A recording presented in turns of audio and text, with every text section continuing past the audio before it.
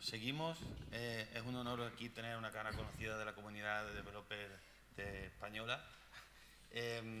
Tenemos aquí con nosotros ahora a Laura Morillo, que nos va a hablar de DevOps con Docker, Kubernetes y otras herramientas. Bienvenida, Laura. Muchas gracias. Bueno, en primer lugar, espero que la garganta me aguante los 45 minutos, que justo la vuelta de las vacaciones es muy mala y está claro que me ha tocado ponerme mala después, un poquillo, con un resfriado, pero bueno. Pues bueno, me presento un poco. Yo soy Laura Morillo, tenéis ahí mi Twitter, además lo vais a ver por todas las slides porque me gusta tenerlo bien cerca porque es una forma fácil luego de ponerse en contacto conmigo cuando queráis. Si queréis, pues eso, después de la charla en cualquier momento, preguntarme cosas, también ahora por aquí sin problema.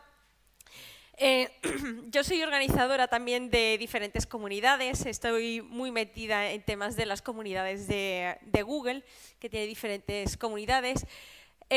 Sigo metida dentro de GDG Madrid, como además también Women Tech Maker Lead, que es un poco un rol que crea Google para fomentar la diversidad en los diferentes eventos, algo que sabemos que en tecnología, por desgracia, todavía sigue siendo a veces un poco una cuesta arriba que hay que superar.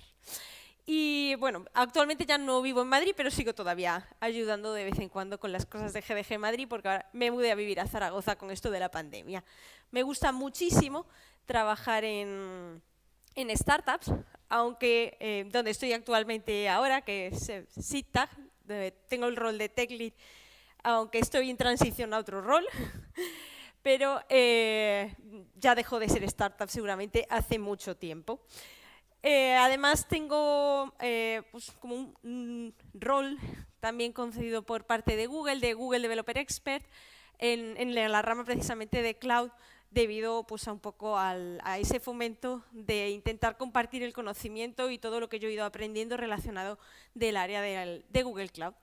Y bueno, pues he estado trabajando durante más de 15 años con diferentes tecnologías, pero siempre, por lo menos hasta este punto, principalmente desde el punto de vista del desarrollo de software. Me gusta decirlo porque mi rol durante todos estos 15 años no ha sido un rol de sistemas, sino que precisamente las cosas con las que yo más me he tenido que ir peleando ha sido con las cosas relacionadas con sistemas y con cómo yo me podía comunicar con el equipo de sistemas, qué tenía que aprender yo, qué tenía que aportar yo en esa comunicación, y por eso me gusta mucho el dar esta charla para poder hablar un poco de qué es eso de DevOps. ¿Por qué? Porque lo primero que puede venirnos a la cabeza son las N1000 ofertas de trabajo donde dicen algo de DevOps que podemos encontrar. Y si nos metemos a N de esas miles de ofertas que vamos a encontrar, vamos a ver que cada una va a pedir algo de su padre y de su madre. Porque si algo caracteriza a este sector es que el mismo puesto, aunque se llame igual en dos sitios diferentes, seguramente no va a tener nada que ver. Y encima además vamos a ver el puesto adornado con diferentes atributos, pues Cloud DevOps, o quiero un Azure DevOps, que ya como además súper específico. Si estáis buscando un puesto de DevOps, lo que os recomiendo es que busquéis exactamente qué requisitos busca, porque no os voy a decir una receta, porque para mí DevOps va más allá de esto. El término DevOps surge a partir de una charla que tuvo lugar en el 2009. Ya ha llovido bastante y las cosas han cambiado mucho, pero esta charla creo que sigue teniendo mucho valor y sigue estando muy presente hoy en día. La charla se titulaba 10 despliegues al día. A lo mejor hoy no nos parece tan locura eso de decir, bueno, desplegar 10 veces al día, pues oye, con las herramientas que tenemos hoy en día quizás es algo relativamente asumible, pero estamos hablando, hombre, de algo que tuvo lugar hace 13 años, esta charla. Y en esta charla tenemos a John Olspaw y Paul Hammond, que ambos trabajaban en Flickr, pero precisamente en diferentes equipos. Uno en el equipo de desarrollo y el otro en el equipo de operaciones. Y lo que querían compartir aquí era precisamente cómo había tenido que cambiar y que adaptarse su forma de trabajo para llegar a este hito de conseguir desplegar 10 veces al día su producto sin que hubiera muchos roces. Porque, a ver, yo que llevo toda la vida más en la parte de desarrollo, Yo llego y hago mis funcionalidades, he hecho todo mi desarrollo genial, tengo un mogollón de ganas de ponerlo a producción, porque además me están diciendo que para cuándo lo voy a tener, pero me encuentro con el muro de operaciones, que me dicen, no, es que no puedes, porque es que tenemos que probar que esto esté bien, porque tenemos que escalar primero este sistema, tenemos que actualizar el versionado de no sé qué, y te has planteado qué versión de librería estás usando aquí, y esto de aquí, y es como, joder, que no me hacen más que poner pegas a mi trabajo. Entonces yo soy el angelito de desarrollo que ve ahí al demonio de operaciones. Pero si nos ponemos en su lugar, ellos seguramente lo ven también desde el otro punto de vista, es decir, hay que ver esta gente de desarrollo que ya me quiere subir las cosas a producción, seguro que no lo ha probado bien, y luego cuando se caiga el sistema a las 3 de la mañana, a ver a quién van a venir a llamar, a mí. Entonces ellos seguro que también tienen su punto de vista ahí. Luego ya tenemos el punto de vista de negocio, que lo miremos por donde lo miremos, nos ve a todos igual de demonio, decir, venga ya, deja de pelearse y venga a poner las cosas en producción. Y, hombre, tiene cierto punto de sentido ese punto de vista, porque al final lo que sí que es cierto es que Ángel o Demonio tenemos la misma meta. No sé si habéis visto esta serie o leído el libro de Buenos Presagios, os lo recomiendo, pero si lo hacéis después entenderéis un poco cuál es mi referencia de que Ángel o Demonio, si tenemos un objetivo común, eso es lo que nos tiene que importar y tenemos que buscar cuál es la mejor forma de trabajar conjuntamente para llegar a ese objetivo. Porque al final nuestro trabajo va a consistir en un bucle infinito en el que vamos a estar metidos, donde a nosotros nos piden unas funcionalidades. El equipo de desarrollo va a tener que trabajar en el desarrollo de esas funcionalidades. Va a tener que buscar cuál es la mejor manera de hacer que esas funcionalidades lleguen a producción. Cuando estén en producción tendremos que mantenerlas, pero además recibiremos feedback y nos dará información de, oye, pues espérate, que hay que mejorar esto o hay que arreglar esto otro. Entonces volveremos a empezar con nuestro flujo de desarrollo, nuestra puesta en producción y así constantemente. Por eso, la mejor forma para definir qué es un poco esto de DevOps es basándolo un poco en este acrónimo, CALMS, porque nos va a dar una serie de pilares que nos van a ayudar a identificar cuáles son los valores y los puntos fuertes en los que tenemos que apoyarnos para realmente poder decir que estamos trabajando con DevOps. Y precisamente el primer pilar en el que nos vamos a apoyar es el de tener una cultura. Porque DevOps no es un rol de una persona únicamente en la empresa. No puedes contratar a alguien, meterlo en la empresa y decirle, genial, ya hacemos DevOps. Porque lo único que vas a tener va a ser un equipo de desarrollo que sigue haciendo lo que hacía antes y una persona que va a intentar matarse y dejarse los cuernos para conseguir que todo tenga un flujo y que siga un poco ese ciclo infinito que veíamos de la manera más suave. Pero realmente no vas a estar haciendo DevOps, porque vas a tener constantemente fricciones seguramente en ese punto. Por eso lo más importante es que realmente sea un concepto de una cultura compartida, que todos nos aseguremos de que estamos buscando cómo se establecen esos puntos de comunicación y de colaboración entre ambos equipos. Pero también nos vamos a basar en un pilar muy importante, que es la automatización. De hecho, muchas de las cosas que vamos a ver hoy, casi todas, van a ir relacionadas con este punto. Lo que vamos a ver son herramientas, y las herramientas no nos van a hacer que estemos haciendo DevOps.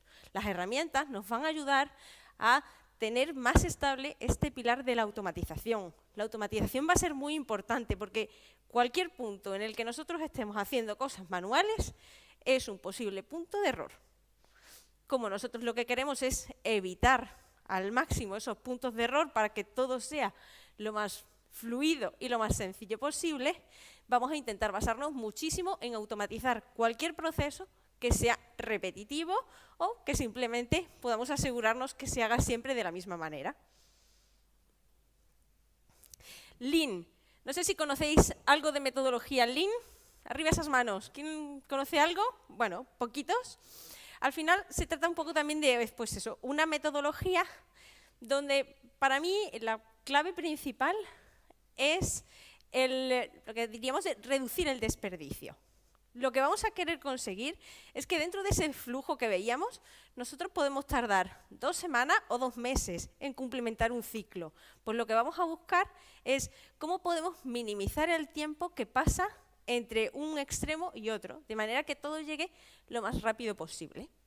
Vamos a intentar basarnos en esos principios Lean, que también os recomiendo que los busquéis, investiguéis un poquito más, porque creo que os pueden ayudar también a familiarizaros mucho más con cuáles son los objetivos que perseguimos y que queremos llegar a obtener.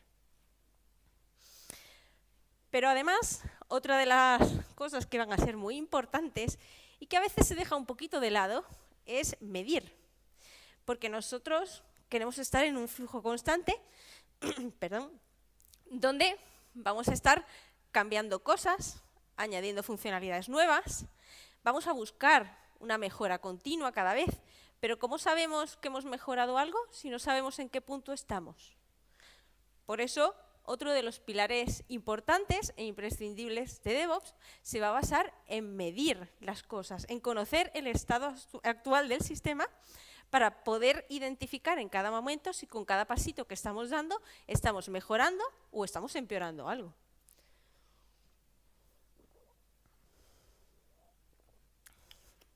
Y por último, compartir.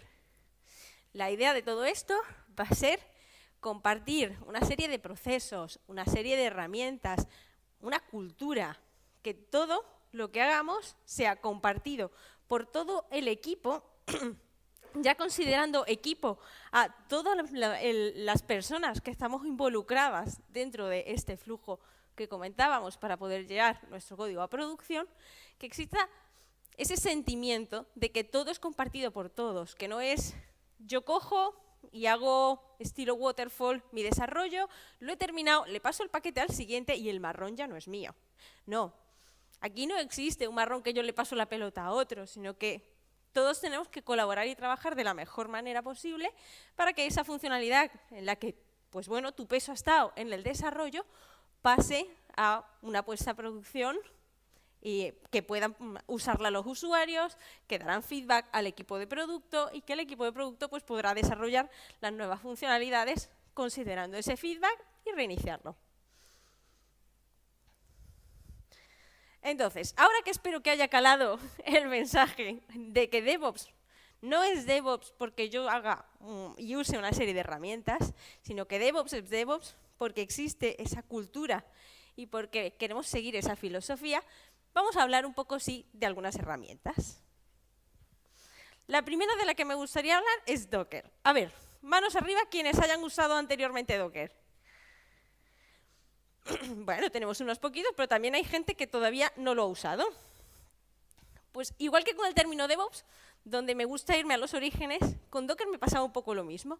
Decidí que quería conocer un poco más de dónde venía esto y acabé llegando a este señor, Malcolm McLean. Malcolm McLean era un conductor de camiones que en 1956 él tenía una flota de camiones y se dio cuenta de que tenía un problema, que a veces llegar de una punta a otra de Estados Unidos le resultaba más fácil hacerlo por mar que por tierra.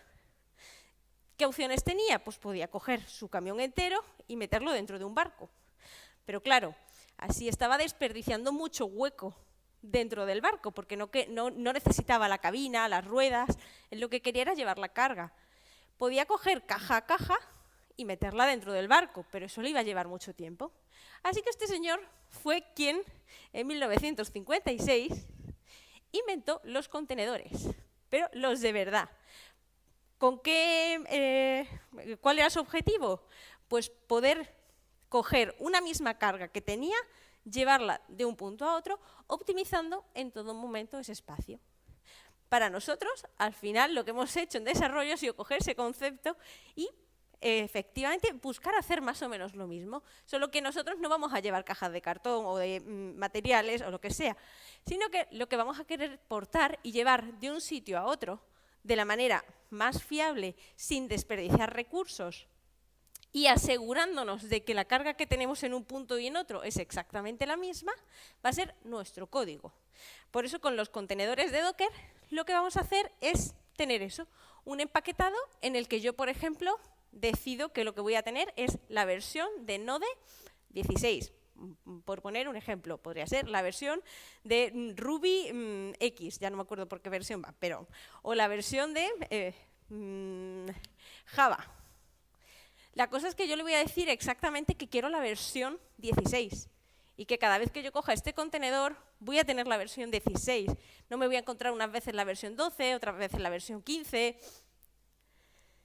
Le diré, oye, pues este es mi código, métemelo en tu paquete.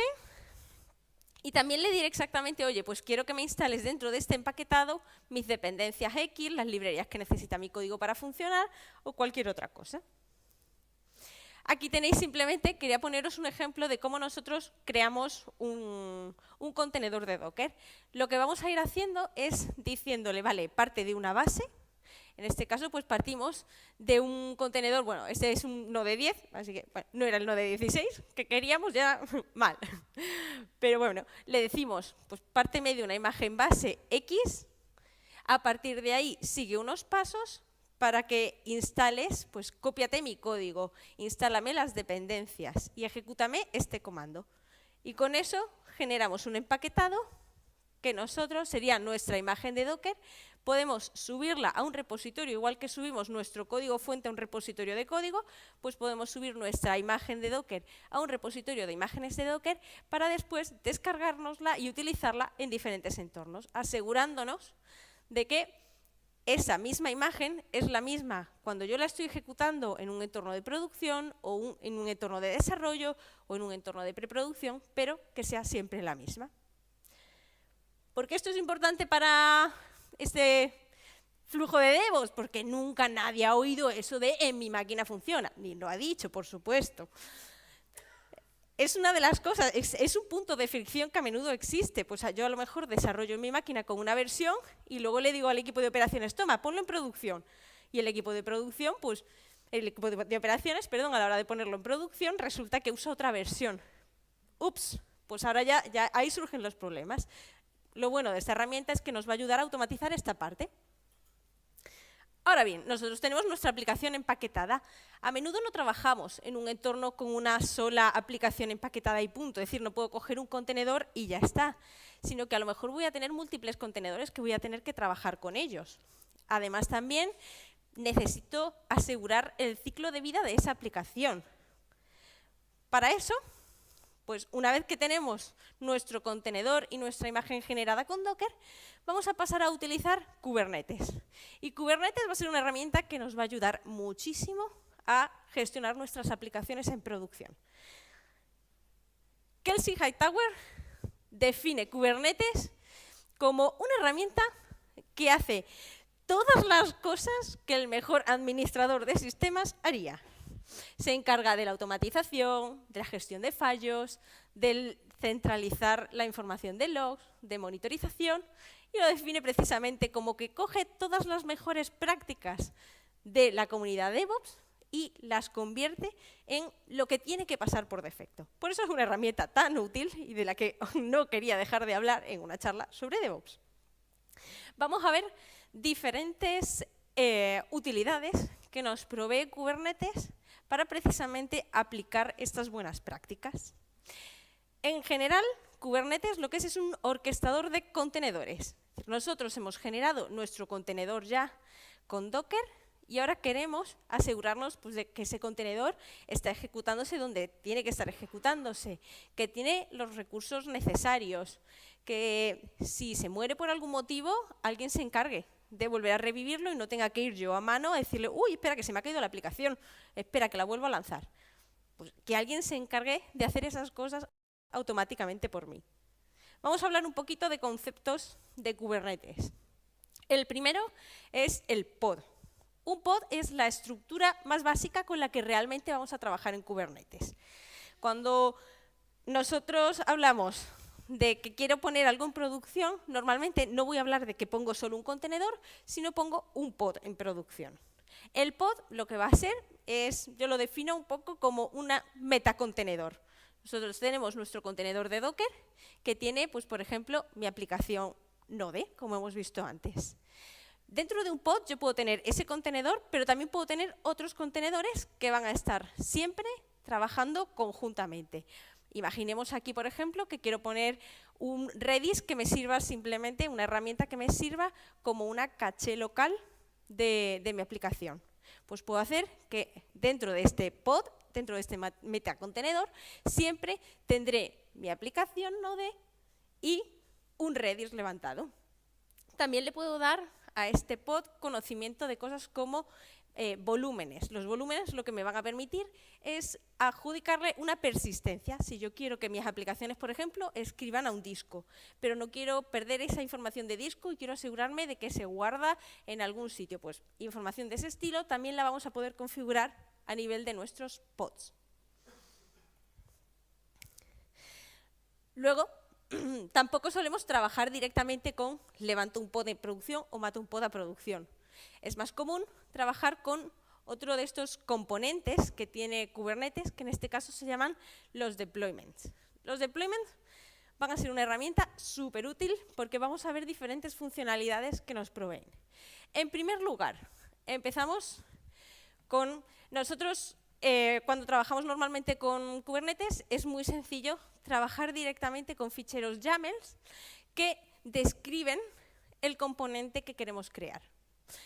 En este caso, un deployment. ¿Esto qué nos permite? Pues esto lo que nos permite es que yo tengo mis ficheros YAML versionados junto con mi código. Puede ser en el mismo repositorio o no, o pueden ser diferentes repositorios. Eso ya puede depender también de las preferencias que se quieran. Pero si yo hago cambios a mi infraestructura, voy a poder ver en algún sitio también qué cambios ha ido sufriendo este deployment, por ejemplo.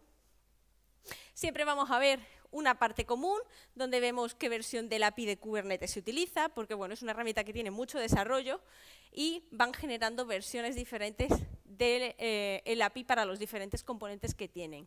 El kind, que nos indica qué tipo de componente es, en este caso un deployment, y vamos a ver una serie de metainformación, pues por ejemplo, donde podemos darle etiquetas, como en este caso, para identificar cuál es el componente, y después siempre en la parte spec será donde tendremos ya la chicha del componente en cuestión con el que estemos trabajando. Pues en este caso, lo que más nos importa es poder definirle qué quiero poner en producción. Con un deployment yo le voy a indicar, ahí estoy diciéndole réplicas 4. Con réplicas 4 lo que le digo es que yo quiero que de este metacontenedor haya en producción 4.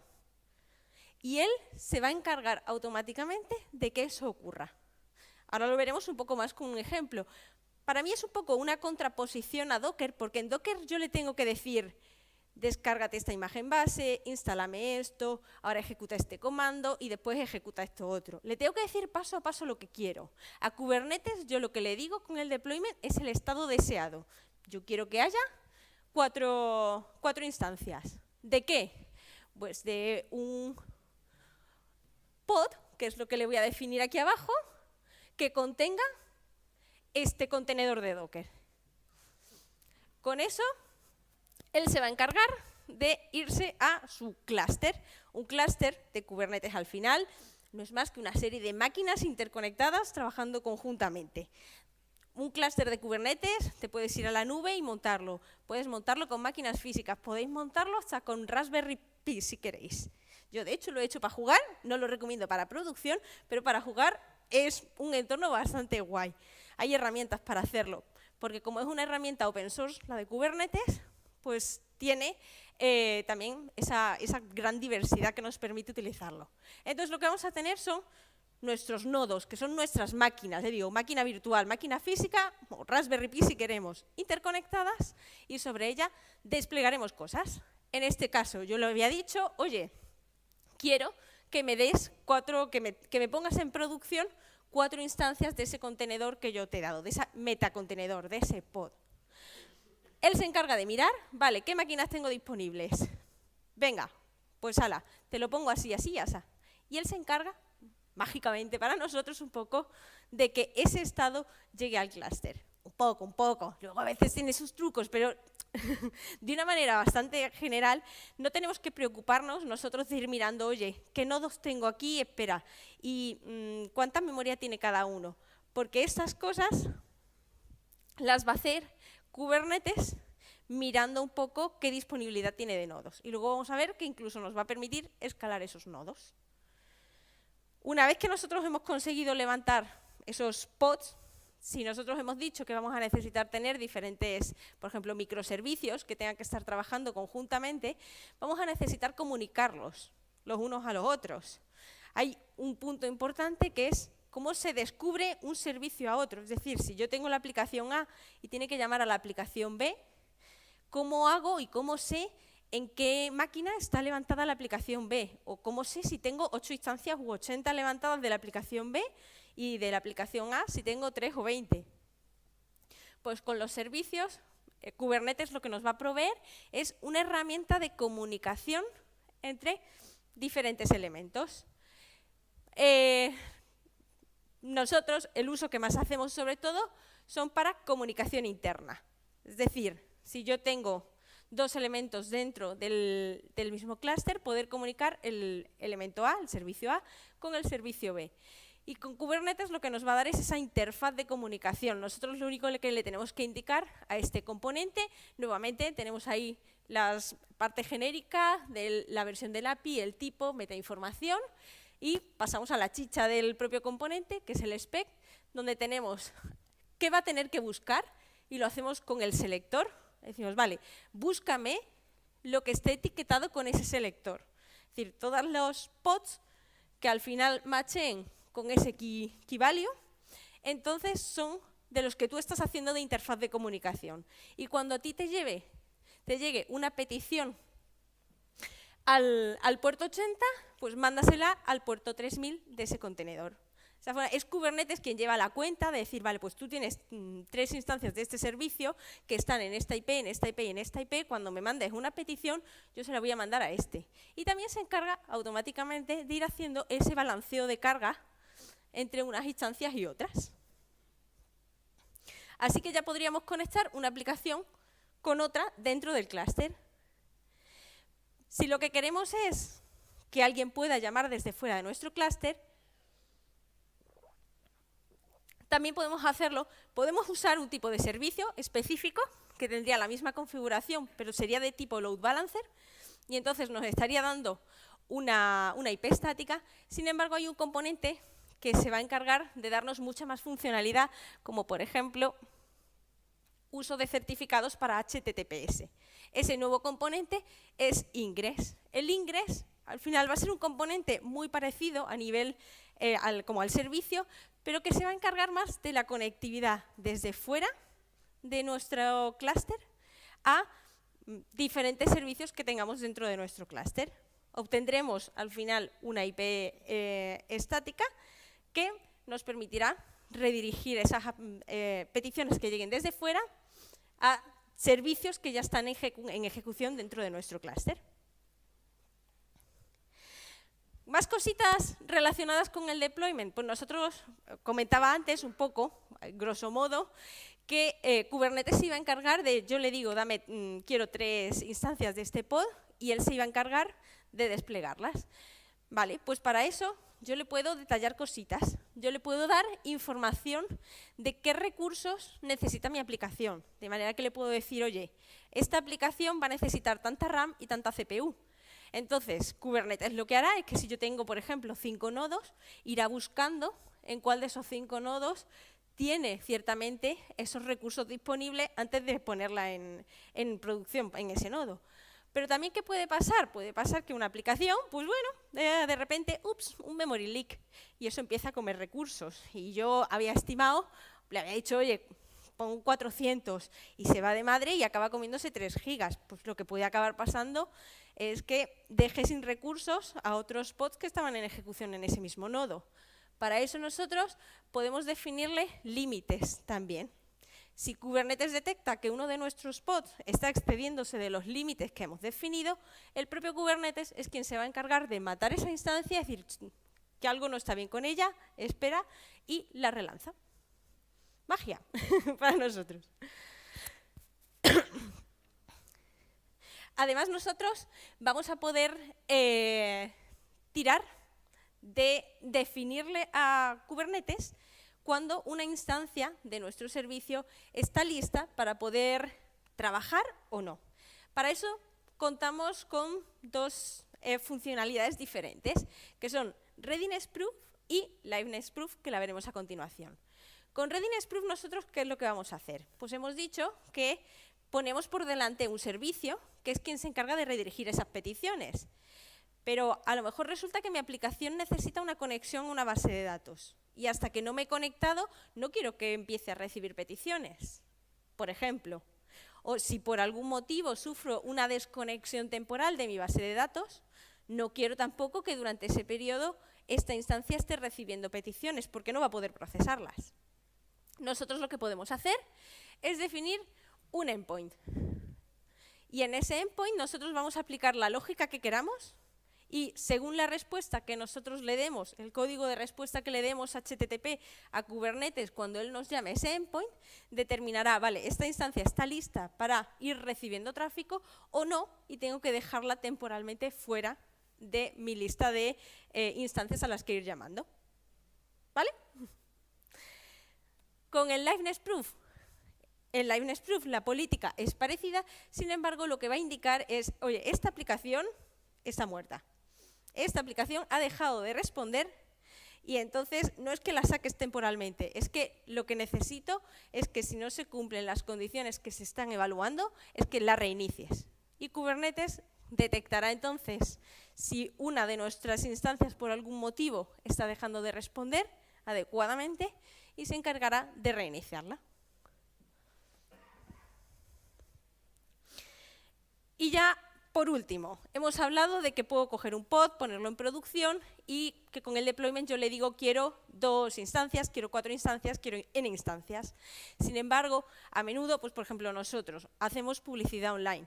La publicidad online, pues yo no tengo un tráfico fijo de 20 usuarios por segundo. Ahora de repente llega un partido en directo de Marca y hay miles de usuarios refrescando Marca para ver cómo va el resultado y entonces nosotros a su vez recibimos un pico de miles de peticiones por segundo. Necesitamos una elasticidad y una flexibilidad a la hora de determinar cuántas instancias de un mismo servicio tenemos en producción en cada momento. Pues para eso Kubernetes nos provee una herramienta que son los Horizontal Pod Autoscaler. Con un Horizontal Pod Autoscaler yo lo que le puedo decir es, oye, mira, búscame el deployment X, pues en este caso el deployment asociado a mi servicio. Y yo en ese deployment te había dicho que quería 4. Ahora no te digo que quiero 4, ahora te digo que quiero entre 2 y 10 instancias. Y le podemos poner sobre qué recursos vamos a medir y a evaluar para determinar si yo necesito que en un momento dado haya más instancias o menos instancias en producción. Kubernetes lo que hará será ir monitorizando ese recurso, principalmente los más fáciles de usar son CPU y memoria, pero podemos también definir recursos custom en función de las necesidades que tenga nuestra aplicación. Entonces, Kubernetes irá monitorizando el estado de esos recursos, calculará la media y a medida que vayan subiendo o bajando, determinará si tiene que generar nuevas instancias, siempre manteniéndose dentro de los límites que le hemos establecido, o si las instancias están haciendo un poco el vago, y eso quiere decir que nos sobran instancias y puedo matar y liberar recursos. Pues un poco lo que comentábamos, si aquí resulta que ha subido la cantidad de peticiones que tengo, Kubernetes automáticamente me puede instanciar una misma y, pues bueno, dependiendo del proveedor que utilicemos para el clúster de Kubernetes, podemos llegar a tener también la opción de que, dado un momento, si yo ya tengo los n nodos que tiene mi clúster llenos, pero tengo que seguir escalando, pues que Kubernetes pueda en ese momento levantar una instancia nueva, un nodo nuevo y poder adjudicar mi contenedor a ese nodo nuevo que acaba de levantar. Entonces nos da una flexibilidad bestial a la hora de no tener que estar pendientes nosotros y no tener que estar haciendo intervenciones manuales para escalar las cosas. Nos da un nivel de automatización muy grande a la hora de gestionar y controlar el estado en producción de nuestras aplicaciones.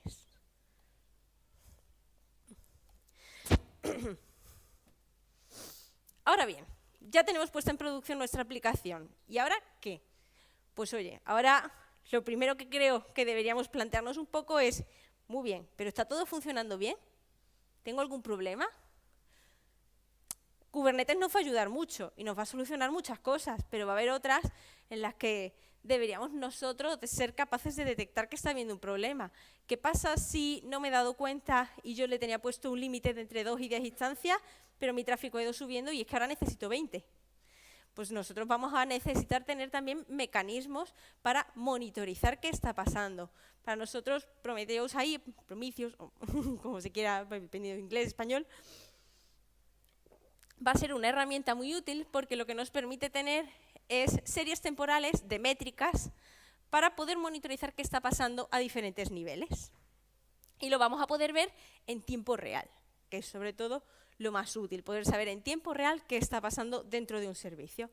Os comento un poquito diferentes niveles que nosotros utilizamos. Pues nosotros utilizamos, por un lado, por ejemplo, Node Exporter.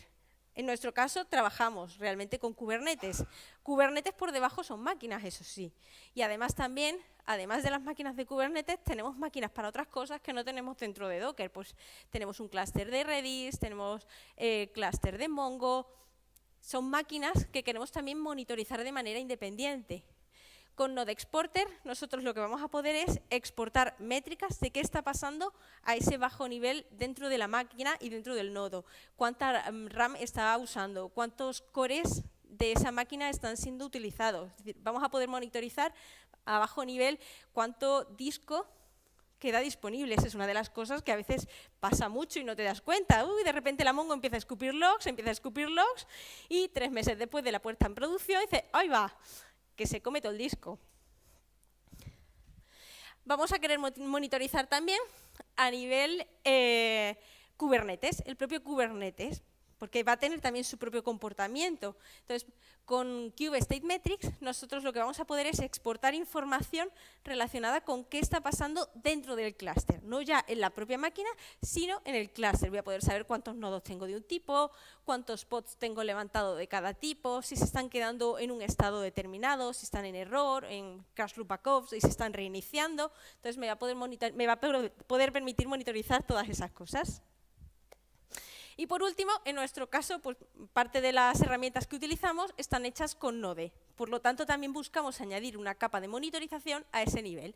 Usamos esta librería, que es Express Prom Bundle, que lo que nos permite es obtener información de qué está pasando a nivel de interacciones con Express, con nuestros endpoints HTTP. Pero además lo bueno es que también nos expone directamente el cliente de Prometheus.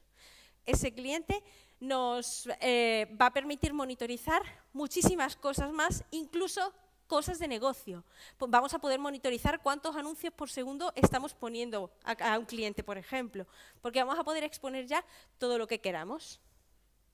Eso sí, a nivel de visualización, Prometheus es muy malo. Ya habéis visto la interfaz gráfica que da. Entonces, la recomendación siempre es que cojas esa información y la uses como base en otra herramienta. Por ejemplo, Grafana. Grafana va a ayudar mucho a crear dashboards muy bonitos. Eso sí, una recomendación, no nos volvamos locos, porque suele pasar mucho el voy a meter gráficas para todo y de repente tengo un panel que tarda 2 horas en cargarse porque tiene información de todo y que cuando quiero llegar a encontrar un error que está pasando, no soy capaz de hacerlo porque el exceso de información acaba al final en no tener ni idea de nada.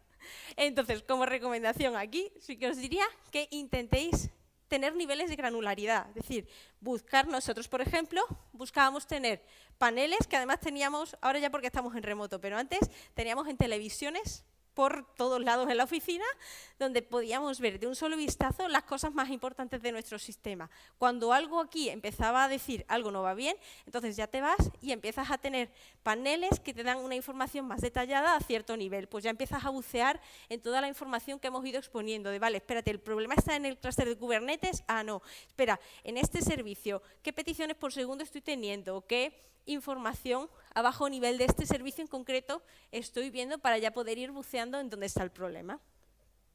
Y también muy recomendable utilizar sistema de alertas. Tanto Grafana como Prometheus tienen ambos su propio sistema para poder configurarlas a un nivel o a otro, ya ahí dependiendo de gustos de herramienta. Pero sobre todo es importante porque no vamos a poder estar 24/7 mirando una pantalla para saber en qué estado están las cosas. Entonces, tened un sistema de alertas y conectarlo a la herramienta que más os guste. ¿Qué es lo que lleváis más? El móvil. ¿Qué es lo que tenéis más? Las alertas de Slack. En nuestro caso, como la comunicación diaria es con Slack, pues al final nos resultaba muy cómodo esta integración. Pero también tenemos ciertas alertas que van a un canal de Telegram para que, pues, si no estamos trabajando en ese momento, podamos enterarnos y podamos reaccionar. testing, aquí hago un poco de trampa, porque no hablo de una herramienta de testing.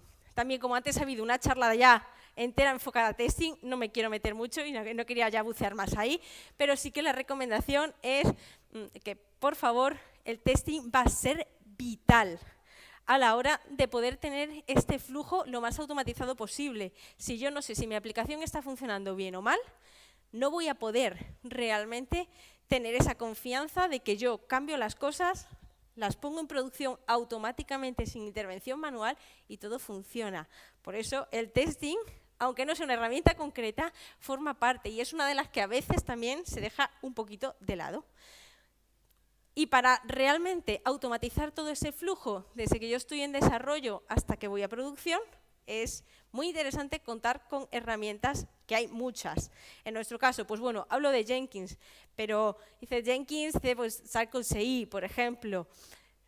Hay muchísimas que van a depender de, oye, con cuál os sintáis más a gusto. En nuestro caso tenemos nuestra herramienta de Jenkins, que lo que nos va a permitir es, por un lado, asegurarnos de que cualquier rama de código que se haya hecho y que se haya sacado del código funcione de acuerdo a los estándares que nosotros determinamos. Y además se va a encargar automáticamente incluso de este flujo de despliegue a Kubernetes. Para eso lo que utilizamos son, en nuestro caso, pipelines de despliegue. Entonces, cada vez que nosotros hacemos una rama o hacemos modificaciones en nuestra rama principal, se van a ejecutar los diferentes pasos de cojo ese código, genero una nueva versión del contenedor de Docker, hago diferentes tests a diferentes niveles, test unitarios, test de integración, end-to-end. Y cuando todo eso veo que está bien, entonces, si todo va bien y estoy en la rama principal, subo esos cambios a este repositorio de imágenes que nosotros tenemos y me encargo automáticamente de actualizar la versión que se hace en producción. Con esto tenemos nosotros automatizado nuestro sistema de despliegue continuo, de manera que no se necesita intervención manual de nadie para asegurarse. Si nosotros sabemos que nuestro código cumple con los estándares de calidad que le tenemos definido, va a poder ponerse en producción en el momento en que nosotros hayamos determinado que se mezcla. Para las ramas, hacemos todo menos los pasos del despliegue a producción. También lo bueno es que, por ejemplo, en nuestro caso, esto ya está hasta antiguo, porque aquí trabajábamos solo con 2 datacenters. A día de hoy estamos trabajando ya con 5 datacenters diferentes. El gestionar ese despliegue sin tener mucha interacción humana es maravilloso, porque nosotros lo único que hacemos es lo mismo. Ahora le decimos a Jenkins, oye, pues antes desplegabas aquí y aquí, y ahora, una vez que hay una versión nueva, desplégala aquí, aquí, aquí, aquí y aquí. Tampoco voy a meterme mucho a hablar de estas herramientas, porque luego vais a tener una charlita también dedicada a herramientas de infraestructura como código. ¿Alguien está por ahí escondiéndose? No sé por qué. Lo que sí es importante, porque al final, igual que estamos automatizando todo nuestro despliegue, es muy importante también que busquemos automatizar y versionar todos los cambios que queremos hacer a nivel de nuestra infraestructura. Para eso nosotros utilizamos una combinación de Terraform con Ansible. Con Terraform, sobre todo, nos encargamos de lo que es generar la propia infraestructura, que además es muy bueno para poder utilizar la misma herramienta incluso si trabajas con diferentes nubes. Y con Ansible nos encargamos más de la configuración específica de lo que va. Pues un ejemplo, pues nosotros con Terraform levantamos las máquinas y generamos todo lo que sería la red de conexión para nuestro clúster de Redis, por ejemplo, y sin embargo la configuración específica de ese clúster de Redis la gestionamos ya con Ansible. Y para terminar, quería hablaros un poco de NoOps, porque puede que si a alguno le interesa el tema y se pone a buscar tanto de DevOps como de NoOps directamente, acabe llegando a esta parte de NoOps. El término de NoOps surge a partir de este artículo que dice I don't want DevOps, I want NoOps. Si lo lees, muchas veces lo que se dice es como, vale, no. Si lo lees literal, dices, es que no quiero trabajar entre Dev y Ops, sino que quiero tirar a que no hay operaciones. Si se lee el artículo en profundidad, veréis que un poco por lo que aboga, y tiene cierto sentido hasta cierto punto, es decir, estamos hablando todo el rato de que tiene que existir una colaboración muy estrecha entre el equipo de desarrollo y el de operaciones. Y aquí lo que plantea es que en un mundo ideal no tendría por qué existir esa comunicación, porque la parte de operaciones ya es tan sumamente sencilla y es algo a lo que quizá estamos intentando tender un poco ahora con todas las herramientas que vamos teniendo de cloud, donde cada vez vemos que va siendo más fácil el automatizar las cosas, que ese esfuerzo que se hace en esa comunicación y en ese trabajo debería llevarse a nivel más del el equipo de producto con el equipo de desarrollo, porque al final el equipo de desarrollo tiene que estar muy cerca y trabajar muy conjuntamente con ellos. Para mí no significa que no tenga que existir esa relación, para mí al contrario, creo que hay que fomentarlo para que sea sencillo para todos, pero por suerte o por desgracia, por muchas herramientas que tengamos, creo que una persona de desarrollo va a ser difícil que conozca a todos los niveles toda la información también relacionada con la infraestructura, con seguridad, como para pensar que el perfil de operaciones va a desaparecer y que va a dejar de ser necesario. Así que, dicho lo cual, si con algo quiero que os quedéis de la charla, es que DevOps no es una meta en sí mismo, no es un perfil de trabajo, no, es al final un proceso continuo donde tienen que estar todos los perfiles involucrados y comprometidos para llevarlo a cabo de mejora continua. Y eso es todo. No sé si tengo tiempo para alguna preguntilla o lo que sea. Cuéntame. Hola.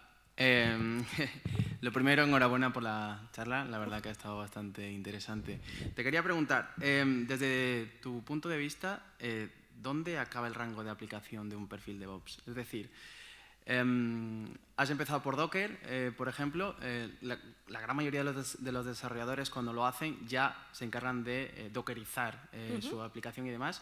¿Tú crees que es necesario que un DevOps, por ejemplo, realice esa parte? O, por ejemplo, un DevOps tiene que crear la infraestructura desde cero, montar, por ejemplo, todo el clúster de Kubernetes y demás, o no, no sé, desde tu punto de vista, ¿qué opinas?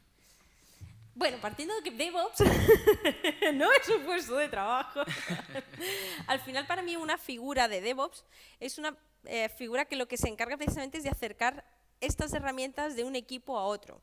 Operaciones sería quien se tendría que encargar de la infraestructura y de definir todo lo que necesitas asociado a máquina para tener este clúster de Kubernetes, por ejemplo, en producción.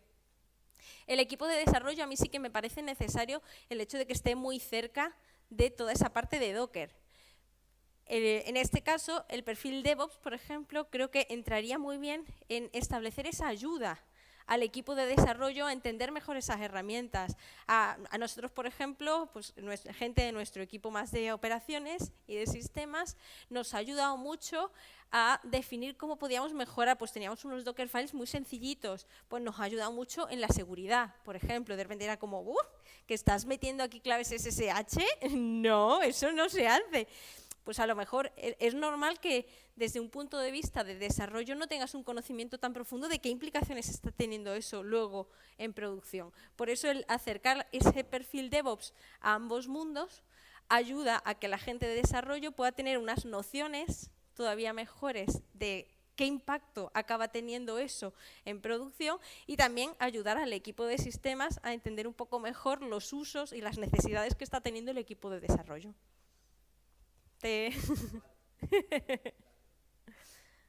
A ver, por alusiones. Hola. Sí. Nada, algo básico y sencillo. Gracias por la charla, Laura. Es una conversación que me ha surgido varias veces en el trabajo. Al final hay gente que se dedica exclusivamente al desarrollo, hay gente que se dedica exclusivamente a la parte de operación, infraestructura y tal, pero como tú bien dices, tiene que haber una sinergia, ¿no?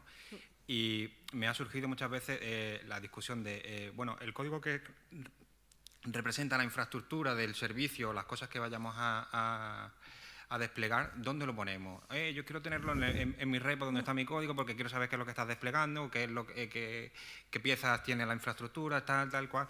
¿Realmente necesitas tener todo ese conocimiento dentro de tu propio repositorio o te supone un problema si toda esa parte está separada en otro repositorio y que tú no tienes por qué tener ese conocimiento, tal y cual. Quería preguntarte un poco, desde tu experiencia, pues, ¿cómo lidiáis vosotros con esa división entre lo que es el código de infraestructura o el código más puramente de operaciones que la parte de servicio y de aplicación? Pues es una muy buena pregunta porque al final es algo que además crea mogollón de debate. Nosotros, por ejemplo, hasta ahora hemos estado trabajando más con un repositorio para toda la parte asociada a infraestructura. Sin embargo, de hecho, justo hace poco se levantó un poco nuevamente la discusión de, oye, ¿y si pasamos a un modelo un poco más híbrido donde, pues oye, todo lo que sea, obviamente, cómo creo el clúster de Kubernetes es algo que le pertenece, es una responsabilidad más al completo del equipo de operaciones? Sin embargo, pues estos componentes que veíamos del deployment, que al final va muy asociado y muy ligado a lo que necesita una aplicación en concreto, puede tener sentido, y creo que hasta cierto punto sí que lo tiene ese sentido, que el equipo de desarrollo tenga también una noción de esos ficheros, igual que el Dockerfile. El Dockerfile está intrínsecamente ligado a la aplicación. Entonces, tiene cierto sentido el que esos elementos estén y pertenezcan al equipo de desarrollo que toca esa funcionalidad. Ahora bien, existen también ciertos problemas con ciertas herramientas. Hay herramientas que te acaban recomendando, por ejemplo, que te lo lleves todo a un monorepo de sistemas, y hay otras alternativas por ejemplo, de GitOps, donde te plantea alternativas para tener también un híbrido, donde tú tengas la parte necesaria y que esté completamente asociada a cada aplicación en el propio repositorio de la aplicación, y eso pase por un proceso donde la generación de los ficheros finales sí que está autogenerándose a partir de esos ficheros modulares en cada aplicación en un repositorio centralizado. Es un poco un híbrido y es cierto, es una discusión que nosotros de momento seguimos tirando por la parte de centralizado.